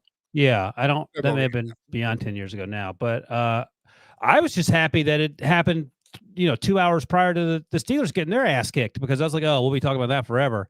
And that was only 36 points. That's just a halftime. That's 30 minutes of football for the Cowboys. So it was thorough. I haven't, off the top of my head, I just mentioned the one game that popped out. I don't have another one that really pops out. I'm sure there are plenty of blowouts, but Ravens-Dolphins opener from 2 or 3 years ago. Yeah. That one was bad. That was the Lamar MVP kick. Yeah, it was 2019 then. Yeah. That was really bad. But when things are going sideways, it's hard to sort of, pull the car off to the side of the road and run from it while it's about to catch on fire. So if you're Washington, you sit there and take it. I think the lesson there is, and if you've seen the highlights, you saw Deron Payne and Jonathan Allen getting a little fisticuffs, former teams from Alabama, defensive lineman for Washington now. They were unhappy about something, obviously. My advice, don't bring the Washington team benches to Dallas and then sit on them and get in a fight with your teammates. Just leave them back there. They got benches. Set the benches on fire now, Washington. They've blown that whole thing that blew up in your face. That one backfired. Just admit it. Take the L and go home. So really quickly for Washington, is this a setback? Is losing by how many points did they score? I mean, it's obviously a setback, but they weren't going to the playoffs anyway. I guess my point is Ron Rivera had this thing turned to the right direction, it felt like, and they were making a push for the playoffs for the second straight year. The defense was playing a lot better. And then all of a sudden you bring in the heated benches and the benches get heated, and Payne and Allen are going at each other on the sidelines, and they keep cutting to Ron Rivera, and he's wearing the mask on the sideline and just staring like straight ahead. Like you're not seeing his mouth move. It doesn't look like he's talking on the mic that's in front of him. I mean, I had Washington friends who were texting me like, oh, Rivera might have to go after this. It's like, look, that's not happening. But the sideline blow up with Payne and Allen Breech is a concern because it's on national television. Yeah, you're getting your ass kicked, but you can't be doing that between two teammates. And it does bring into question, is this move in the correct direction we thought Washington was making actually happening? Yeah, I mean, you can't have your teammates fighting each other on the sideline, and that's everything. That's on the coaching staff, that's on the players. Of course, things are going to get heated when you're getting your butt kicked like this, but you don't need to make it worse by picking fights with your teammates. Especially like you had teammates, like you've been teammates for like 9 years. Forever, since college. Yeah. And so it was definitely a little bit weird to see, but I definitely, they were 6-6 a couple weeks ago. They were at 6-7. They were the 7th seed in the playoffs. So this was a team that had not even flickering playoff hopes, knowing that it had actual playoff hopes, knowing that if they played well down the stretch, they might be able to do something. And now they've lost 3 in a row. And I don't know, Brinson. I think that, Ron Rivera's got to stick around because he needs to get a quarterback in there. I'm not sure that Taylor Heineke is the Ron answer. Rivera's not going anywhere, I don't think. Right. So he just needs to he needs to decide what he wants to do going forward. Because, obviously Heineke apparently plays great anytime he plays the Tampa Bay Buccaneers, but anytime he plays anyone else, it's a little bit of a struggle. So I think they need to figure out what to do at the quarterback spot and then work from there. By the way, Deron Payne told reporters afterwards, he said, look, you got brothers. You all fight, don't you? Poop happens. He didn't say poop. It's all good. And that is the thing. Like, it's not that big a deal, but when it happens on the sideline, nationally televised game. And it'd be one thing if they both weighed 130 pounds. It's something else entirely when they're both 320. And, one tried to punch the other. I can't remember who was who. And one started the thing by pointing in his face. And it is what it is. You're just angry about whatever. Maybe you missed a gap assignment. Maybe you weren't where you're supposed to be. And, he just told you in front of 75,000 people as opposed to, in practice where you guys could more like settle it. 18 million, but whatever. Yeah. But I mean, to your point, yes. I mean, like my brother and I had Charlie's like, go do this. I'm like, F you, Charlie. He's like, F you. And then all of a sudden it's just escalated. But only like 15 people at our, Christmas thing, not like 75 million, like the Washington Dallas game. So yeah, probably in the big scheme of things, not a big deal. But Washington, It didn't help. What's that? I said it didn't help. Didn't help. And again, as Breech points out, you lose to the Cowboys at home week 12 and week 14 when they bring the benches, lose at Philly, look pretty hapless last week, and then get just blistered by the Cowboys on Sunday Night Football. By the way, it was 24-0 in that week 14 game at half before Washington. Oh, that's right. They got smoked by Dallas. Yeah. Dallas put it on them pretty good this year. So Washington is after a 4-game win streak coming out of the bye, skidded to now they're 6-9. They're done. They're done. Dallas, though, I think is clearly the bigger storyline here. And granted, Washington not good, offensive line missing players. Taylor Heineke, who has only been starting because Ryan Fitzpatrick got hurt in the first week of the season. But if that Dallas team shows up for the postseason, they're terrifying. Yes, very much so. And here's the thing. I was asked about this on HQ. When you talk about the NFC right now, rank your level of trust. Packers, Dallas is now the number 2 seed. Rams, Tampa Bay, Arizona. I'll stop there. Breech spot, trust the Cowboys. Ahead of the Green Bay? No, I would go Packers and then Cowboys. I would go and then Buccaneers and then Rams. That's my list. You didn't even include the Packers, which is also the right call. The Cardinals, which is also the right call. Yeah, Packers. There's a big 4, and then it's everything else. I think with the way Arizona's. Well, I want to hear you say it, Brinson, because I know you love you some Jared Goff, some LA Rams, Jared Goff Jr. Get out of here, Jared Goff Jr. Give my Rams a lot of crap for 11-4. I mean, come on. So you want me to rank the 4 teams? I mean, Yeah, Green the Bay, I 5 think- team. You can any direction you want to go we're with not the including ranking. Arizona. We're not including Arizona. Okay. I think this it'll was a be- game that the Cowboys had to have in the sense that we've been waiting, people talking for weeks that Dak Prescott might be in a slump, and there is no better slump buster than putting up 56 points and you, the quarterback, throwing 4 touchdowns and becoming the first quarterback in NFL history to throw a touchdown pass to a running back, a receiver, a tight end, and an offensive lineman That's right. in the same game. Good, Did you get good that from job, the Dak. rundown, or did you have that written down in your notes? Because I wrote that in the rundown. Ooh, sorry. It's okay.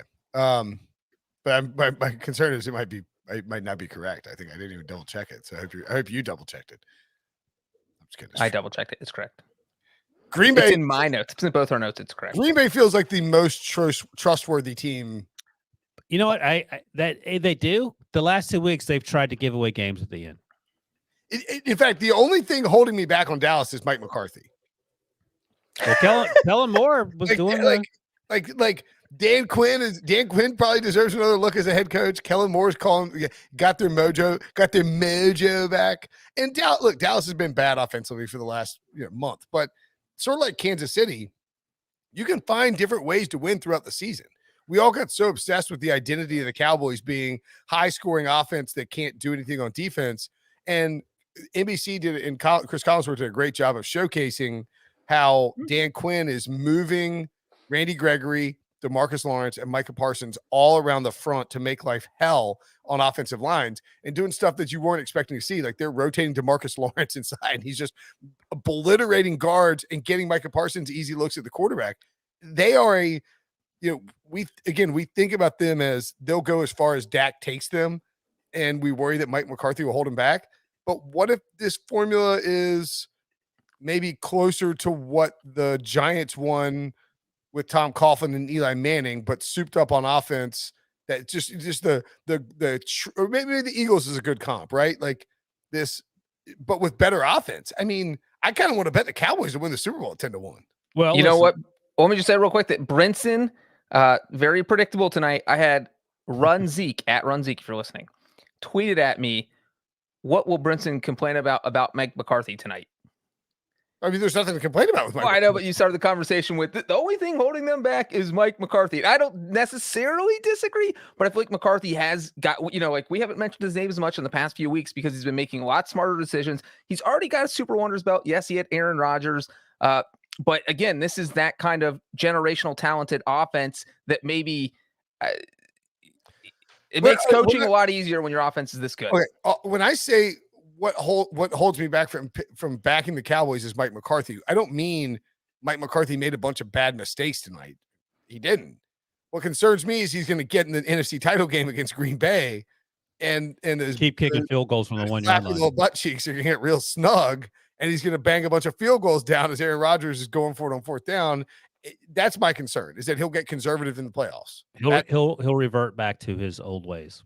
Right. But I think because last week or 2 weeks ago against Washington, or maybe the last 2 weeks really, Dallas's offense is settled for field goals, but they also knew their defense could stop whoever they were playing, and so they weren't worried about running up the score and putting. All right, you had us rank Wilson. You had us rank the top 4 teams at NFC.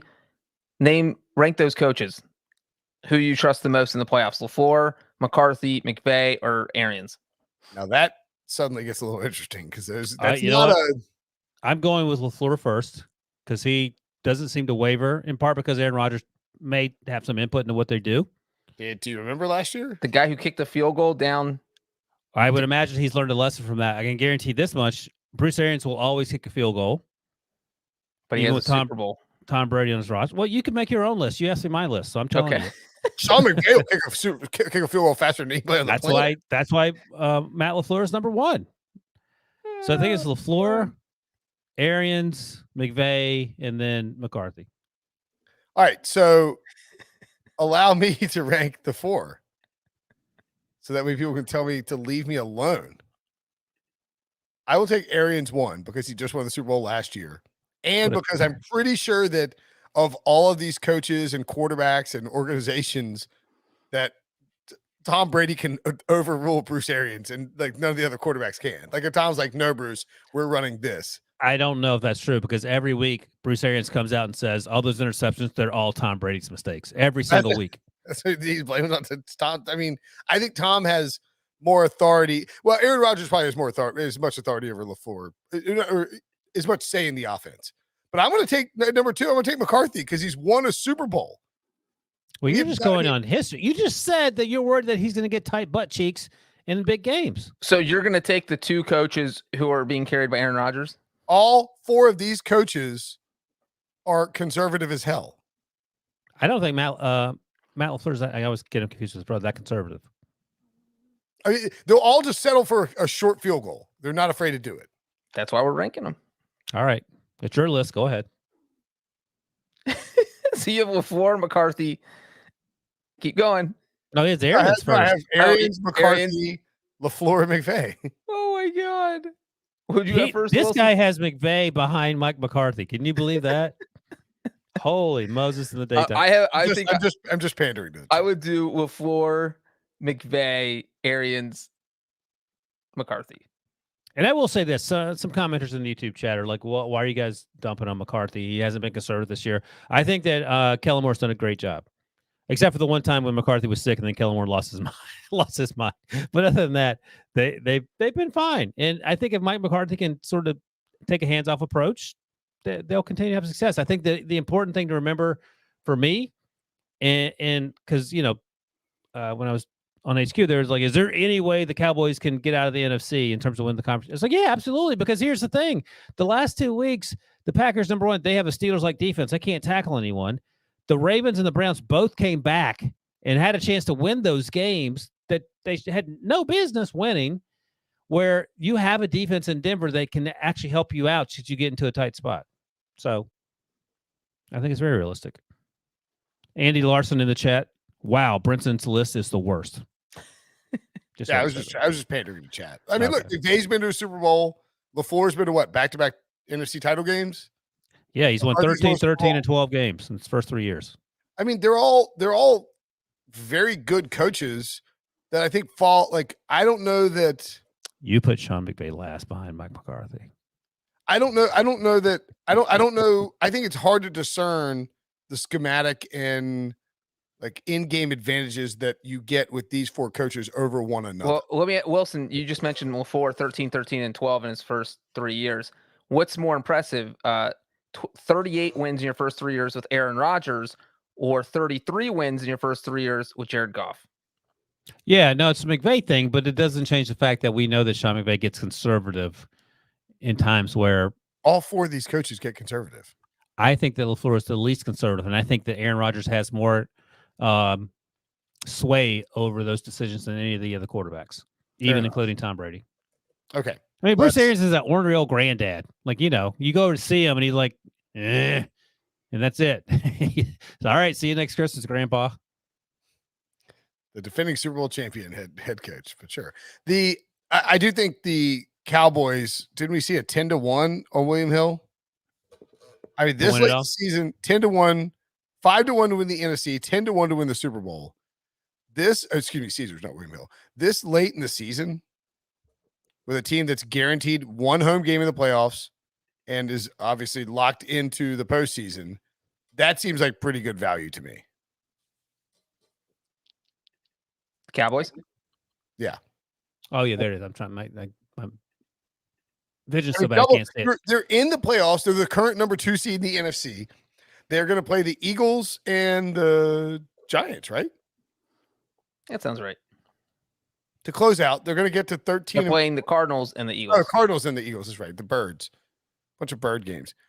So worst case scenario, they're going to be bird is the word. 12-5.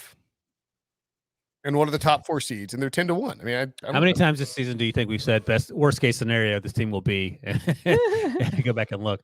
The thing is, like, I like a lot of these odds, but if you had to pick, and let's just assume that the Packers are the number 1 seed and they get to the conference championship on their side, Tampa Bay is playing at Dallas. I think I'm picking the Cowboys. I know you don't bet against Aaron Rodgers. I understand all that. But as we sit here, this team has been so. Wait, Tampa Bay is playing at Dallas? You don't bet against Tom Brady? Yeah, I won't. Okay. I just think that. Mainly because No, that's you said you don't bet against Aaron Rodgers, but you were talking about Tampa. Sorry, Dallas. yeah, Tom Just making Brady. sure. I didn't learn that lesson last year in the Super Bowl, and I probably wouldn't learn it again if these two matched up in the scenario I just mentioned. But I don't know, because last year, the second half of the season, the Buccaneers went buck crazy, buck wild, I guess is the same. Well, they lost to a bunch of good defenses, beat a bunch of bad defenses, then got in the playoffs and then somehow beat like 3-4 straight good defenses or something like that. Anyway, let's move on. All right, yeah. Enough. The Eagles took care of business against the Giants 34-10. Eagles now have 656 total yards against the Giants this season. They lost the last game because they gave up they had lost the turnover margin by 4. They won it by 2 this week. Debo, you said when we first started the NFC playoff chat that this was the least impressive, what did you say? Least impressive 24-point win I've seen. It was pretty pathetic. If it wasn't for quite what possibly the worst 1-2 punch of quarterbacks I've ever seen in Jake Fromm and then turning it over to Mike Glennon, there might be a different result. It was tied 3-3 at halftime, and the defense is playing well and has been playing well. So I'm not saying they would have given up 20 points to a different opponent, but with that type of offensive output, any other team in the league pretty much at this point, you're going in trailing, and it might be a deficit that's too hard to overcome. So was not happy with the first half, did not think they were going to lose the game, but it shouldn't have been that stressful. It shouldn't have been that difficult to go all the way into the second half in order to kind of secure that victory and take advantage of that horrible 1-2 punch of Fromm and Glennon. My guys, Fromm and Glennon. Jake Fromm, look, I said this all last week. The Giants fans, this is the stupidest thing I've ever seen. They're clamoring. They're like, enough is enough. Get Glennon out of there. We need to see Fromm. And then the reports leading up to this game where it's like, the Giants really, really like Jake Fromm, believe he may have a future with the franchise. And what can he show him today against Philadelphia? Fromm goes out there and goes 6 of 17 for 25 yards and an interception. And this is not me dogging on Jake Fromm. Mike Glennon was 17 of 27 for 93 yards, a touchdown, and a pick. Mike did not have a good game either. But this is not a Mike or Jake problem. This is a Giants problem. The Giants offense is horrendous. The offensive line is terrible. Saquon Barkley is washed already somehow before he gets to the end of his rookie contract. There's something worth noting. ESPN, Adam Schefter reported before the games today that Joe Judge and Daniel Jones are coming back. So I don't know if that makes you feel better or worse. That's what I was going to get to next. You guys, it makes me feel better. Hey, I'm sure you guys saw this over the holiday season, but so last week, I can't remember, it was like Rudolph the Red-Nosed Reindeer. I love it. Great show, yeah. Or movie. The 9 Kittens of Christmas. I didn't see that. It's a Hallmark movie. I think watch it. I think it was Pat Leonard of the New York Daily News who I like. I'm not questioning the story. I think the story is real, but it's real. It's just usually if you preface a story by saying you don't think the story might not be real, then let me finish telling you about it. So Pat Leonard writes this article in the New York Daily News about how Joe Judge has gone out and given the biggest bonuses in Giants like franchise history to various. Did you guys see the story? No. Right. So it was like Thursday or something. I think it was Thursday. It was 2 other employees in the organization. But let me ask a question. Does he have the authority to be passing out all the Mara's money and the Tish's money? See, this is my point. They delivered $300,000 in Christmas bonuses. Good Lord. This got picked up everywhere. It was going viral. People were quote tweeting, like even like the most cynical Giants fans, like Nick Costos, is tweeting, like, no matter what you think about Joe Judge, you have to appreciate what he did here. It's like, wait, do you? Because you do the math. It's like, look, it's like $4,000 an employee. But here's an idea to give him a raise. And as Wilson points out, Joe Judge, the head coach of the football team, isn't given a bag of cash and then told to take it around and hand it out to employees. So Santa Claus. But I was like, this is cool, but there's something odd about this. Then on Sunday, so think about the timing of it. Either on Thursday or Friday, they leak out that Judge Claus is going around making it rain in the Giants facility. Everybody's like, oh, pro Judge. And then on Sunday, they come back and leak to Schefter that Joe Judge and Daniel Jones will be back in 2022. Like, it feels very, very purposefully planted in a way that kind of works, but is so obvious that and I don't think anybody thought Joe Judge was going anywhere anyway. So Ebenezer Brinson, everybody. Ebenezer Brinson. I mean, am I wrong? Brinson, where can we log on and subscribe to your conspiracy theory website? It's Beanon. Beanon. Yeah. Beholenon. We're Beanon.biz. 85 minutes in, and he hasn't mentioned OnlyFans, which I consider a win. Oh, thank you. Coin toss conversations coming up next after the break. I mean, do you not kind of agree with that theory? I had a question about where you got the money from, but Christmas Eve at 10 a.m. on the nose, the story comes out. And I he's don't like, begrudge the however maybe he had a conversation with the owners. I don't know. I was just curious about it, but I would imagine that if he hadn't in fact passed out the $4,000 per person or however they got their bonuses, that we would have heard about that as well. So, I mean, hey, that's what it takes to get a $4,000 bonus for Christmas. I'm all for it. And if you're working in the ticket sales, you don't care who the head coach is. You're still getting your bonus. all right. Now, in fairness, Judge, his coaching staff, and the Giants players chipped in a total of $300,000 this holiday season and spread it out among 70 members of the organization's support staff this week. Multiple sources told the news. That is a Giants record. Interesting. So apparently it's something they do every year. Yeah. Yeah.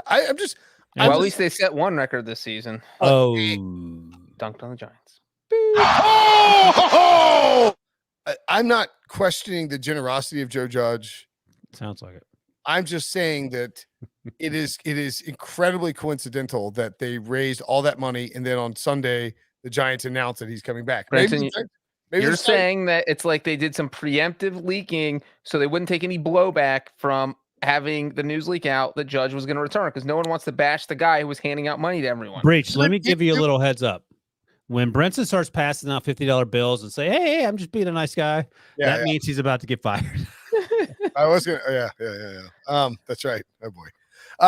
No, I like having Judge in the division. I like having the Giants in the division. I think Daniel Jones, I think he's a decent quarterback. Like you said, with the other quarterbacks that have stepped in, he's just in a really bad spot. I think it's more on Judge and the infrastructure in New York rather than whatever quarterback's in that spot right now. And look, there may be a separate, less conspiratorial angle to take here. And that is that, that's that Joe Judge and the players and the coaches all raised the money, and the Giants ownership and management saw that as an. How many times have you ever read a story about the bonus money given to cafeteria workers? And we've been doing this for 10 plus years. Well, let me ask another question just to move off this topic, which is free medium Pepsi, as Southern Dandy points out in the comments. Yeah, they were just getting roasted for the giving away like a free medium. Well, they doubled down, and they doubled down in a big way. How does Joe Judge change as a coach in your eyes? And you have to speculate on this because we don't know. When he has, let's say, a general manager that isn't Dave Gettleman. By that, I mean someone that maybe is a little more progressive and whatever is better about putting a roster together. As I understand it, they're going to put Gettleman out to pasture. So anybody becomes a better coach without Dave Gettleman. Well, if you get a worse GM, that's not necessarily the case. I think it would be difficult to do. Well, that's my point. So what does this team look like a year from now? I'm not sure what the salary cap situation is off the top of my head, but they get 3 or 4 offensive linemen and free agency in the draft, and it's hard to do. You can draft 4 guys pretty easy. They're gonna have 2 top 10 picks. You can take 2 of them if you want to. So, All right, we're spending way too long on Eagles Giants. Let's move way too long. No one wants to answer that question. All right. Let's answer it next year. Fair enough. In like 4 days. Hey-o. All right. Eagles are still, I know I was a little down. You guys know. Did you just tell us to hurry up and then jump in to tell us? I just want to have this on the record. You guys know I'm like the most optimistic Eagles fan that you guys know. I'm down on this game, but I'm still all about the playoff run they're about to make. Read between the lines. That means he wants Gardner Minshew to start the rest of the year. All right, next show. Hey-o. Rams 30, Vikings 23. The Rams clinched a playoff berth with the win and moved into first place in the NFC West. The Vikings have now played in 12 consecutive one-possession games after the longest single-season streak of all time in NFL history. Justin Jefferson passed Odell Beckham after passing Randy Moss for the most receiving yards in the first 2 seasons in NFL history. He now owns the record. Was shocked that the Rams didn't find a way to screw this up because Matthew Stafford played awful. But I do think it's sort of a, you can say this is a bad game by Team X and they still won. I mean, they stacked a road win in January against a terrible team after playing on a Tuesday. Yeah, you're going to continue to defend Matthew Stafford. You have to do better than that. They played like crap. They still won. Look, the Vikings are not a terrible team. They're not great. Not great. Missing Dalvin Cook. So, all right. Rams in Dallas for the playoffs. The spread's 3.5. Probably 4 or 5. You think so? Probably minus 3.5 or 4. Oh, so I just said. So who are you taking? I went the Rams against the spread. And to win, right? Probably. Breech, you're a little more sensible, which I can't believe I have to say. I don't know. He's going to ride. He's in the Thelma and Louise mobile, and Matthew Stafford's driving. He's probably Cowboys, but maybe Rams. That's not a decision I could not even hypothetically make right now until I know it's actually happening. I joked last week that I saw on Twitter. I'm sorry, I can't remember who said it, but Jared Goff, Stafford's basically Jared Goff with a better PR team, and I didn't feel that way when he was in Detroit, but he hasn't been. This is nonsense. Well, let me ask you this: Has he lived up to the expectations you thought he would be when he was traded for in year one? I think that he has lived up to the Rams' expectations, yes. The one thing I will say is that Matthew Stafford has as many playoff wins as Andy Dalton. No, you like to say that. Well, so maybe I would take the Cowboys. Probably take the Cowboys. I don't think he's lived up to the expectations of Sean McVay. They're 11-4. They're in first place in the division. He had a bad game against a Vikings defense that came to play in a desperate spot. They still found a way to win. Okay. Those things are all true, but he hasn't played well. And he actually said after the game, we won in spite of me. Yeah, they won in spite of him. That's stacking a win in late December against another NFC playoff contender on the road. Are they one and done? Let's see the matchup. And let's also see, what's going on with COVID with these games. Are the playoffs going to be like week 15 and week 16? Because if so, that's going to make it really difficult. Additionally, is Andrew Whitworth back? Odo back. Andrew Whitworth matters for this team, I think, in a big way. So yeah, he's left tackle, of course. Let's see the matchup for the Rams. They could certainly lose to one of the wild card teams, but I would like their chances given their Minnesota done 7-8, currently the 9th seed. After Green Bay, yeah, I think they're done. I was captaining the Minnesota bandwagon last week. I poured gasoline on it, set it on fire. It's gone. By the way, Boomer Esiason made a good point during the NFL Today pregame show that we've seen all these quarterbacks come down with COVID. Aaron Rodgers didn't have it, but he was able to come back. He's cleared for 90 days from wherever he got it. If Kirk Cousins gets it, he could be out for the rest of the season. 10 days. 10 days. Depending on the timing. So that's just something to keep in mind because he's not vaccinated. If you're trying to make a playoff push and your best player is... that's the same with Carson Wentz. There's a lot. Did you see that interview with Cousins before the game with Tom Pelissero's interviewing him at the stadium? He's like, Merry Christmas, Merry Christmas.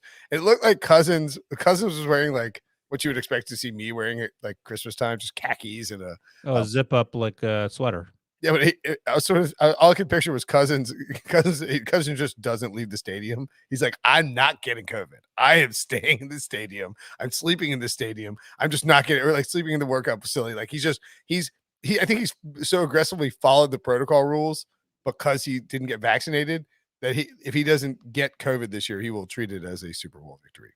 Oh, fair enough. And yeah, maybe Boomer actually may have been talking about Carson Wentz. That's a thank you for bringing that up, Breech. One of the quarterbacks who was vaccinated, Carson and he's probably talking about Wentz instead of, or maybe before the game's Cousins matters too. It could have been Wentz. I was trying to think of the other one that was vaccinated, but because they had a huge win, obviously, and Wentz actually played really well. But yeah, that's just something to consider because if you get it, that's going to stink for you if their team needs you and you are unavailable. Yeah, but I think the Vikings are. I mean, they're done. If they win in Green Bay on Sunday night, stop it. I mean, it can happen. Brinson, did you Google the weather yet? Yeah, 12 degrees. Do you know what is that Celsius or Fahrenheit?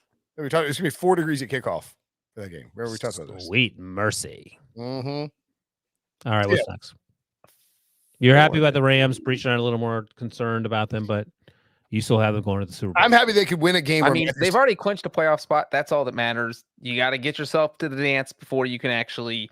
But we've been saying, hey, the Bengals played great. Hey, the Cowboys played great.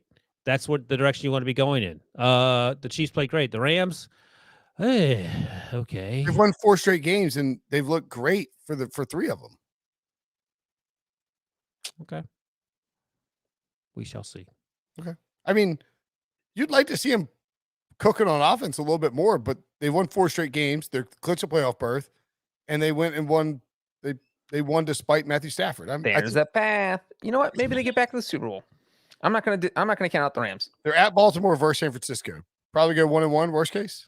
Yeah. Worst case scenario. Yeah. All right. Let's move on. Bears. These games are gonna get fast here. Bunch of crap. Bears. I missed Bucks at Panthers. That's how bad it was. The Buccaneers beat the Panthers 32-6. They clinched the NFC South title with the victory. How do we feel? You're going to pick on the Rams.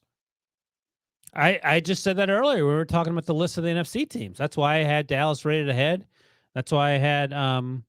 That's why Bruce Arians was my number 1 NFC coach. I mean, the Panthers. Who knows? I mean, the Panthers might be a bottom 5 team in the NFL. The Panthers are terrible. Matt Rule's job is fine according to Entire Rule chance broke out in this game in the fourth quarter. They're terrible. I mean, he has. They've started strong the first 2 years for like the first 4 weeks, and then they've cratered. And he was alternating Cam Newton and Sam Darnold in the red zone on the first red zone series they had. And what was that complaining about last week that he was? Oh, the kicker situation blew up in his face. But prior to that, and I forgot about this, when Teddy Bridgewater went on All Things Covered with Pat Pete and BMAC, he said we didn't do a lot of third down work. No, he said we didn't do any 2-minute drill work. 2-minute drill work, excuse me. And that might be a huge red flag. I don't know if that's Matt Rule or Joe Brady, but they fired Joe Brady, so it's someone else's fault now. So, I don't know. And I don't know if Matt Rule's a good coach. He's apparently a great recruiter, and he's great. We don't need to spend any more time on this on the Panthers. They are awful. All right, any concerns about the Buccaneers? I mean, they looked like a world beater tonight, but who the hell knows what that means? I mean, you win a game by 26, and it's your first time without Leonard Fournette, without Chris Godwin, without Mike Evans. You have 0 offensive weapons, and Antonio Brown returns and catches 10 passes for 101 yards. I would say if there was a game you would have been worried about, it would have been this one. Not that they were going to lose it. Maybe it could have been close. But they looked fine, and I think they're only going to get better as Brady adjusts to having who he has now. Do you feel better about Sam Darnold? That's a rhetorical question. Next game. Wrong. Yeah, Bucks are almost entirely dependent on the health of their skill position guys if they can make a deep run. Or Tom Brady's just a superhuman. Bears 25, Seahawks 24. This is actually a good game. It's a fun game. Snowball up in Seattle. Matt Nagy ditches the visor and goes with the toboggan. And look at the amazing turnaround for him. He goes for 2 after an insane Nick Foles to Jimmy Graham touchdown catch. They can tie it up, but no. He goes for 2. It wasn't a walk-off 2-point conversion, but it was enough to get them the win. Was proud of Matt Nagy for going for 2 in that spot. I don't really care either way on Foles, but it is nice to see Foles, 24-35, 250 yards and a touchdown in that spot. Russell Wilson, 16-27, 181 yards and 2 touchdowns. Rashad Penny, 17 carries, 135 yards. Gerald Everett, the leading receiver, although DK Metcalf did catch a 41-yard touchdown pass. His other reception was 0 yards. The Seahawks, seem more likely to blow it up than the Bears. Yeah. Jonathan Jones said at some point during the telecast that he's 75% chance he thinks Russ is done. And he said he thinks it's higher than that, but he don't want to make guarantees because, you end up getting burned or whatever. So, we've been talking about this for weeks, maybe months, that Russ is going to be moonwalking out of town. And it feels like a lot of the teams that have been historically really good, the Steelers, the Seahawks, what other teams have been good? The Falcons on some level. The Saints. They're all teams that are like frustratingly bad, and the players you can tell are frustrated. Football team had some issues. They haven't been historically good, but they played okay in recent years. And the Seahawks, might be the worst of the bunch. I don't know who's been more disappointing as a quote unquote good team turned bad than Seattle this year. Yeah, I mean, well, it's because it was unexpected. You have Russell Wilson. You think the team's going to be good, and then they're not. I mean, talk about falling flat on your face. And I cannot believe Chicago won this game because I picked them to cover. They were down by 10 points in the fourth quarter. The Bears showed no signs of life in the first half. They had one drive in the entire first half that they had 0 drives that went over 15 yards. They had no drives over 15 yards, and then somehow managed 2 drives of more than 80 yards in the second half, including that game-winning touchdown drive that Brinson was talking about. And those are the things that, like, can you imagine how frustrated Russell Wilson was on the sideline thinking, my God, I'm starting to feel it again. I got my mojo back. And then your defense blows the game. And those are the things that I think are going to leave a bad taste in his mouth. And he's just going to get to the offseason and be like, you know what? I think that Chicago team might be ahead of my team. So why don't I just go there or something? And then crazy. I'll make the connection at O'Hare and fly to Pittsburgh. If you were Chicago, would you trade Justin Fields in the 2022 first round pick for Russ? Yep. Does that make Chicago good? Probably. We can fix the offensive line. It does. I think they're the same team. No, that's why he goes to Pittsburgh. They're both 5-10. They both have these defenses you traditionally think is good, but they're like kind of falling apart. They have no offensive line. They have these talented wide receivers and weapons that somehow they can't use, and they have a coach everyone hates. But they also have the Seahawks have 5 losses this year by 3 points or less. Sure, that's crazy. He's going to Pittsburgh. Anyway, we'll talk about these teams a lot. Neither team is going to the playoffs. I can assure you that. Huge win for Matt Nagy, I feel like. Well, it's a late Christmas present because it's going to be a tough 2022. Delivered by Saint Nick. I got to use it. Nick Foles. Yeah, pull up your pants, take off the bra, and be a man. Does Kevin Harlan live in Cincinnati? They make him do every Bengals game. He should have a second home there. He could stay with my parents. That seems like a great place to have a second home. Yeah. Raiders 17, Broncos 13. Another fun game. Yeah, these two. Well, and these were both sort of late flippers where it looked like it weren't a lot of them on Sunday, but it looked like the Broncos were going to take this game, and the Raiders sort of got their act together and end up winning. They keep their hopes alive for the playoffs. The Broncos are now toast. Josh Jacobs ran 27 times for 129 yards. The effort by the Broncos rushing attack, 7 carries for Javonte Williams and a touchdown, 2 carries for Drew Lock for 10 yards, and Melvin Gordon, 7 carries for -4 yards. Absolutely pathetic. So you're just going to leave it on Drew Lock's shoulders to win?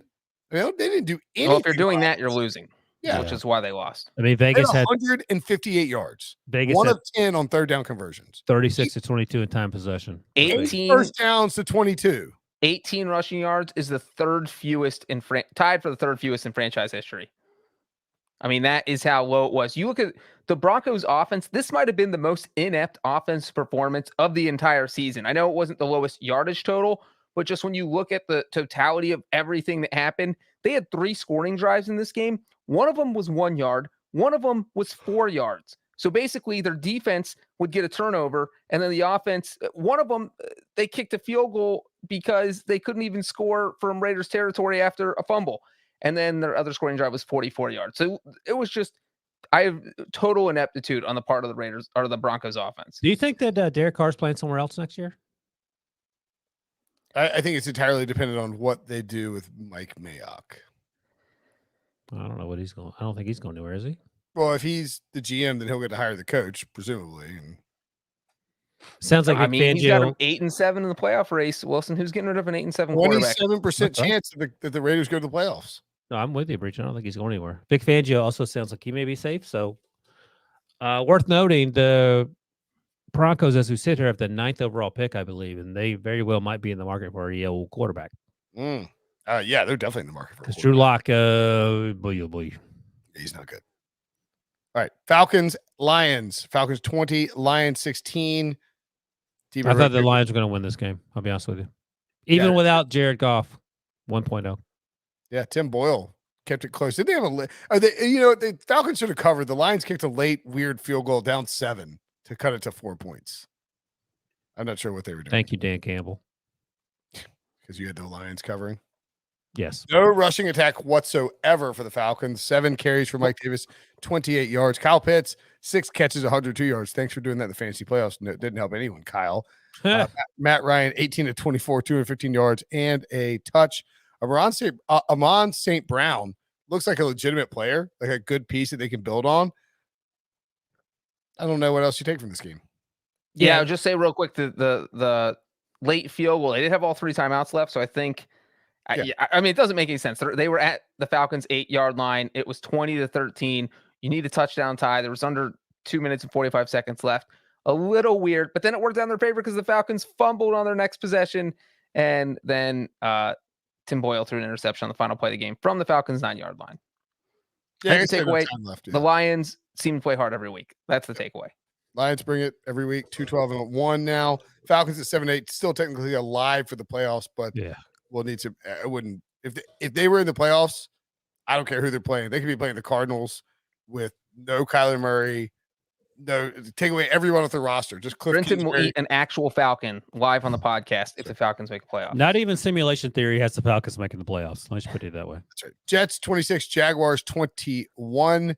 Zach Wilson's touchdown run, the longest rush TD by a quarterback in Jets history. It's the Jets' first 50-yard rush since October 7th, 2018. Good Lord. By Isaiah Crowell against the Jaguars. Trevor Lawrence also spiked the ball on 3rd down from 3rd and goal on the 1 with 8 or 9 or 10 seconds left instead of running a play, which I don't even know. That never happens if Urban's still the coach. I'll just say that. Amon-Ra St. Brown. I mispronounced his name. Sorry. Yeah, Zach Wilson doesn't make that mistake. No, it's not. When you're in a battle, when you're in a game where it's the number 1 overall quarterback against the number 2 overall, you don't want to lose like that if you're Trevor Lawrence. I mean, that is embarrassing. So if you're watching on YouTube, Debo has up the draft order, and this was the Jacksonville Jaguars Super Bowl. Their chance to get out that number 1 overall pick if they beat the Jets, and of course they couldn't do it, even though, as you mentioned, Brinson, they were down at the 1-yard line with the game in the final seconds there. So they have 2 games left, Patriots and Colts. They're not going to win either one of those games, so they're going to be stuck in the first overall pick. Do you know the last team to pick first overall in back-to-back years? Browns. The Browns, 2017, 2017. 2018, Myles Garrett and Baker Mayfield. Do you know the last team prior to that? The Bengals. The Browns. The Browns. 1999, 2000. But at least they were a franchise. Tim Couch and Courtney Brown? Yeah, look at Brown. That's right. Way to go. I was thinking there was somebody, the Bengals had with Big Daddy Dane Wilkinson and then somebody else. That was 94, 95. That was Big Daddy and Kajana Carter. Okay, all right. There it is. So a lot of Ohio teams. But the point is this, that Jacksonville now has to end up taking an edge rusher because no one's trading up to get a quarterback, and they've taken edge rushers in 2 of the last 3 drafts. I don't know. It's just like they can't catch a break. And maybe they couldn't catch a break. Signed Urban Meyer. Can't catch a break. There you go. Okay. Give me one takeaway, Breech, from Saturday night. Each game, or give me one takeaway from Browns. Since you're the LaFleur guy, Browns, Packers, and Wilson, you can handle Cardinals, Colts. Oh, good, because I wanted Cardinals, Colts. My takeaway from Packers Browns is that the Packers rushing defense better step up their game if they're going to get to the Super Bowl.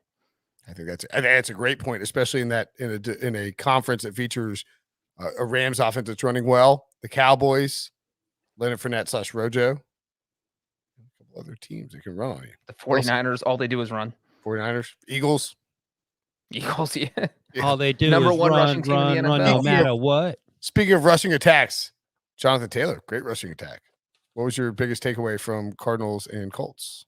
Not Jonathan Taylor. People had a very Merry Christmas because not only did the Eagles win, but Carson Wentz played an amazing game. And he topped 75% snaps for the season. And that. Here's a fun fact for you. After this performance on Saturday night, how many games this season has Carson Wentz had a passer rating over 100? 2. 7. 8. Brinson wins that one. Last year in 12 You didn't starts. finish 2 times 4 is what I said. Last year in 12 starts, how many games did Carson Wentz have a passer rating over 100?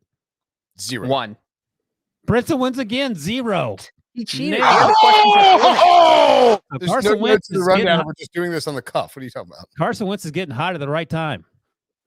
That's a good takeaway. And I would add that the Cardinals are getting cold at the wrong time, Yeah, that's falling apart, and that the Browns also, like, the Browns can't catch a break either. Well, I mean, Baker Mayfield keeps throwing interceptions, and it's a whole thing. It's a whole thing. Fans are unhappy with Stefanski's play calling. Yada yada yada. God, remember the Browns were like 12-1 to win the Super Bowl before the season? Unbelievable. Yeah. Winners and losers. Wilson, you want to start us with a winner? Yeah, I'll go with Debo, even though he dunked on me with that stupid picture that he will keep in the file forever. The Eagles went ugly. The Eagles are now in the playoffs on the outside looking in. Playoffs? The brief snaps that I saw, Jalen Hurts didn't look great, but he didn't need to because he's playing the two-headed monster that is Fromm and Glendon. Two-headed, ball-headed monster, I guess you should call it. So, yeah, way to go, Philadelphia. Huge win for them. Is Jake Fromm ball now? No, but Glendon more than makes up for it. And I can say that as a ball person. Okay. So, go Eagles. Eagles fly, Breech. Fly, Joe Burrow, fly. That is my winner. Joe Burrow gets called out by the Ravens defense coordinator, and he responds by embarrassing the Ravens and throwing for the 4th most yards in NFL history. And now the Bengals are just 1 game away from clinching the AFC North for the first time in 6 years. And, it's holiday season. Joe Burrow looks like Macaulay Culkin, so it all works out. Culkin. I love Joe Burrow's outfits that he wears in the holiday season. He wore his Krusty Krab SpongeBob SquarePants. I will say that my winners, 2 of them, Uh-oh. Mike McCarthy and Dak Prescott.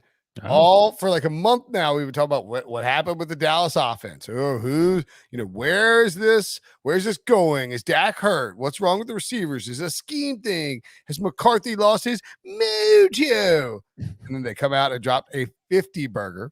Thanks to 14 points for the defense, but still a 50 burger on the Washington football team on Sunday night in primetime with the world watching. This is the kind of game where you bludgeon a division rival with the whole world looking, crazy ratings that just gets to use another Austin Powers quote, it just gets Jerry Jones Randy, baby. I think Mike McCarthy, Dak Prescott, big winners here. How about a loser, Wilson? I'm going with the Los Angeles Superchargers. You mentioned the 50 burger that Washington got hung on them. They got a 40 burger. You had to say it. 40 burger got hung on them by the Texans. You do the inflation there. That's like 150 points. So no longer in the playoff race. No longer in the playoffs inside the top 7. No explanation for how poorly they played. And they have a lot of work to do in a short amount of time to do it. So the Chargers are my losers. My loser is Trevor Lawrence. You're the number 1 overall pick. You're in a showdown with the number 2 overall pick, and you lose because you have a brain fart at the 1-yard line with 13 seconds left. You had plenty of time to run a play, and instead you spiked it, and that left you guys with just a 4th down play that also completely failed. Maybe that's a play call. Maybe that's Trevor Lawrence's fault, but whatever. When the number 1 pick loses the number 2 pick because the number 1 pick failed at the end, that makes the number 1 pick the loser.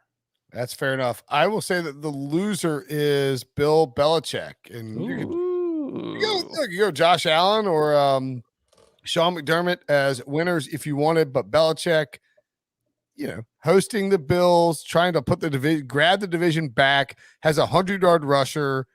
You think your defense would limit, this Bills team that's missing Gabe Davis and Cole Beasley. No, Josh Allen gets locked in, 314 passing yards, 64 rushing yards. Isaiah McKenzie goes nuts out of nowhere, and Mac Jones plays like crap. You lose 33-21. And then afterwards, you get asked by a reporter about your New Year's resolutions. Oh, boy, that goes viral. God bless that reporter for being willing to actually say that. I mean, I don't know how you would have the wherewithal to not just keep your mouth shut and let the press conference in. But also Belichick kind of a winner for how he handled it. I didn't see the answer. I saw the question. I couldn't even watch the answer. I was like, oh my gosh. No, not at this time. He clearly knew it was like a non-football, So I have a question not about football. It's almost the end of the year. What's your New Year's resolution? Not killing reporters. Yeah, that I'm not going to run down there and choke you out. Okay. That's the podcast. Thanks for watching. Thanks for listening. Smash that like button, even if you're just watching now. You are listening on Spotify. Hit that 5-star rating for Wilson and Breech. I'm Brinson. We will see you guys later tonight.